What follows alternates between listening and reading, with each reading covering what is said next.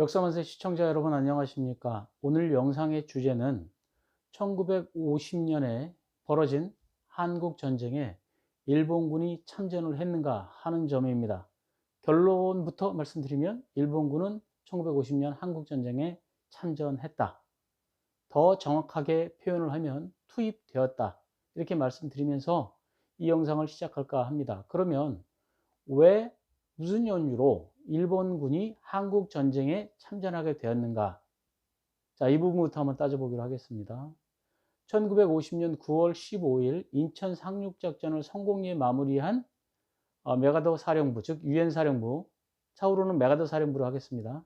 메가더 사령부는 인천 상륙작전으로 전세를 완전히 뒤집어서 유엔군이 승기를 잡았다 생각을 했습니다. 그래서 그 이후 바로 또 하나의 상륙작전을 감행하는데, 이것이 한반도를 돌아서 서해에서 동해로 돌아서 동해에 자리 잡고 있는 원산항의 상륙작전을 전개하는 것입니다. 그러면 왜 원산항이었겠는가? 원산은 소련에서 군수 물자를 블라디보스톡에서 실어 나르는 하역의 주 항구가 원산항이었고, 육로의 물자 또한 원산항에서 하역이 되고 있었습니다. 원산 부근에서. 그래서 유엔뿐만 아니라 북한군 내에서도 원산항은 주요 거점으로 생각되어지고 있었습니다. 그래서 이 원산을 장악함으로 인해서 교두보로 삼아 북한 전역을 일거에 통일하려고 했던 것이 메가더의 생각이었습니다. 메가더 사령부뿐만 아니라 북한도 원산항을 중요한 전략적 요충지로 생각을 했기 때문에 1950년 8월부터 흥남 원산 진남포 등지에 기뢰를 부설하고 있었습니다. 기뢰라고 하는 것이 뭐냐면 땅에다 매설하는 폭약을 지뢰, 해상에 매설하는 것을 기뢰, 이렇게 말을 합니다. 그래서 그러면 이 기뢰를 어떻게 북한이 매설하게 됐는가? 소련 군사 고문단들의 지도를 받아서 소련의 기뢰 부설함을 이용해서 기뢰를 부설하게 되는데, 1950년 10월 초순에는 원산만 등지에 3천여 기 정도의 기뢰를 부설해 놓고 있었던 상태였습니다. 그런데 메가더 사령부에서는 이것을 간과했었던 것 같아요. 그래서 1950년 9월 15일 인천 상륙작전을 성공리에 마친 메가더 사령부는 10월 2일부터 원산 상륙작전을 벌이게 되는데, 이게 문제가 됐던 것은 뭐냐면 당시에 미군 사령부 자체에서도 이 원산 상륙작전에 반대하는 군인들이 많이 있었습니다. 그런데 인천 상륙작전을 밀어붙였던 메가더가 원산 상륙작전도 자신의 고집으로 밀어붙이게 됐습니다. 사령관이 지휘자가 메가더였으니까요. 그래서 근데 10월 초에 원산에 가보니 기뢰가 잔뜩 부설되어 있는 상태였거든요. 그러면 10월 초에 10월 2일부터 원산 상륙작전을 벌이게 되는데, 원산에 막상 가보니 원산만 근처에 기뢰가 굉장히 많이 부설되어 있어서 상륙을 할 수가 없었습니다. 무리하게 상륙작전을 전개하다 전함 3척이 격침되기도 했었습니다. 그러자 여기에서 이제 메가더 사령부의 고민이 시작됐던 거죠. 원산에 상륙을 해야 되겠는데 기뢰 때문에 상륙을 할 수가 없으니까 얼마나 고민이 있었겠습니까? 그죠? 육군보다 먼저 상륙을 해야 상륙작전에 의미가 있잖아요. 그죠? 그래서 메가더 사령부가 어떠한 결론을 내리게 되냐면, 제2차 세계대전의 전쟁 패전국인 일본의 소해 부대, 기뢰 제거 부대를 원산에 투입하자, 이런 결정을 내리게 됐습니다. 그래서 메가더 사령부는 일본 해상청에 소해 함대를 파견하라는 명령을 내리게 됩니다. 그래서 일본의 소해 함대 21척이 원산으로 파견돼서 한국전쟁에 투입되게 됐던 것입니다.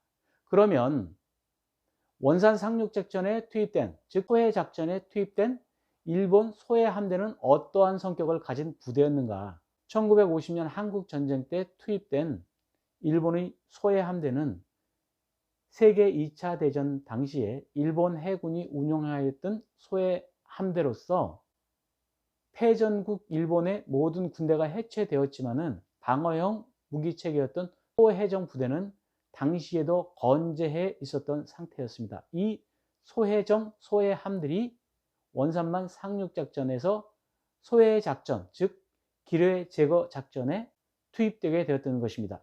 그러면 메가더 사령부에서는 왜 전범국, 패전국인 일본의 소해함대를 피해 당사자국이었던 한국 전쟁에 투입하게 되었을까?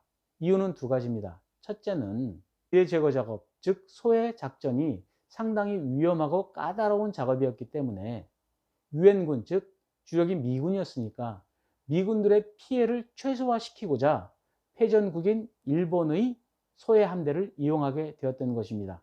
이게 첫째 이유고요. 두 번째 이유는 당시의 기뢰 제거 작업 수준이 미군보다는 일본군이 더 높았다고 하는 것이 당시의 사실이었습니다. 이 두 가지 이유, 미군의 피해 최소화, 일본의 소해 작전 수행 능력, 이 능력이 뛰어났기 때문에 이 두 가지 이유 때문에 일본군을 원산만 상륙작전에 있어서 기뢰 제거 작업에 투입하게 되었던 것입니다.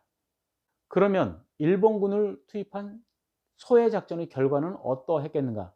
일단 일본군들의 피해를 한번 살펴보기로 하겠습니다. 사망 1명, 18명 부상, 일본군의 피해 상황입니다.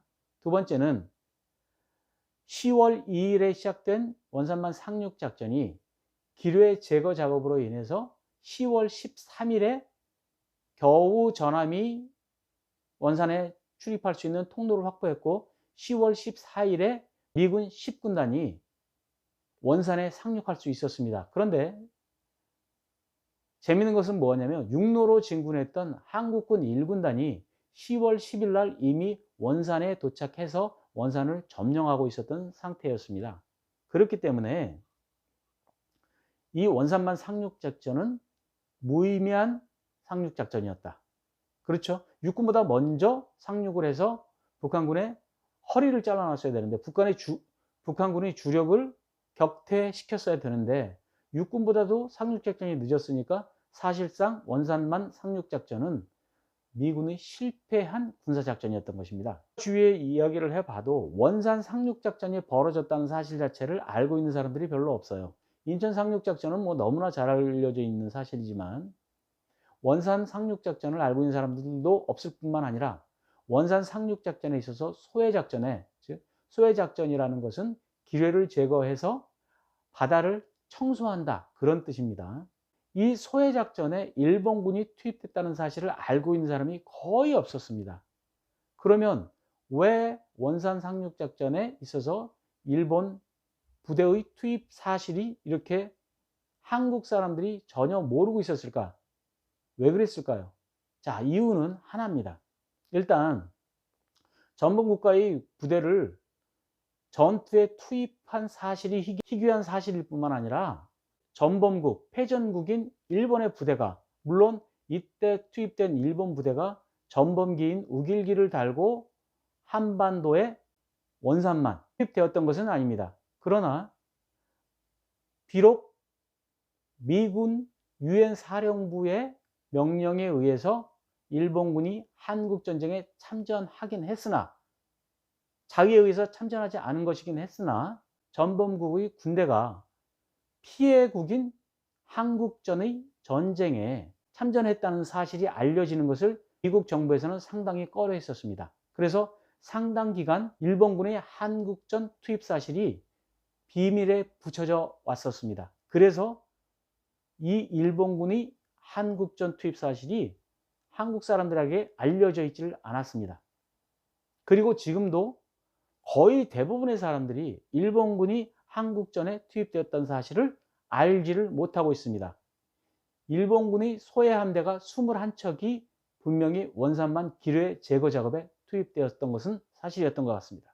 소련도 마찬가지였습니다. 소련이 자신의 군대를 원산만, 흥남, 진남포 등지의 기뢰 설치 작업에 자신들의 군대를 파견하고 자신들의 기뢰를 북한에 제공했던 사실을 오랜 동안 비밀로 붙여왔기 때문에 소련군이 직접 한국전에 참전했다는 사실 또한 오랜 동안 비밀에 붙여왔던 것도 또한 사실입니다.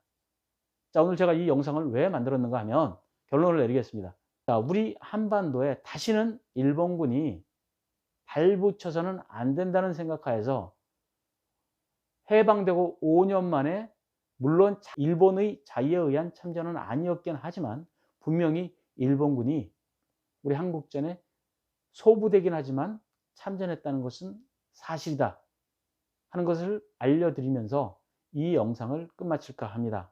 유익하셨다면 알림, 구독, 좋아요까지 눌러주시면 감사하겠습니다. 댓글 달아주시면 댓글에 대한 답변을 해드릴 것을 약속드리면서 이만 영상을 마치겠습니다. 감사합니다.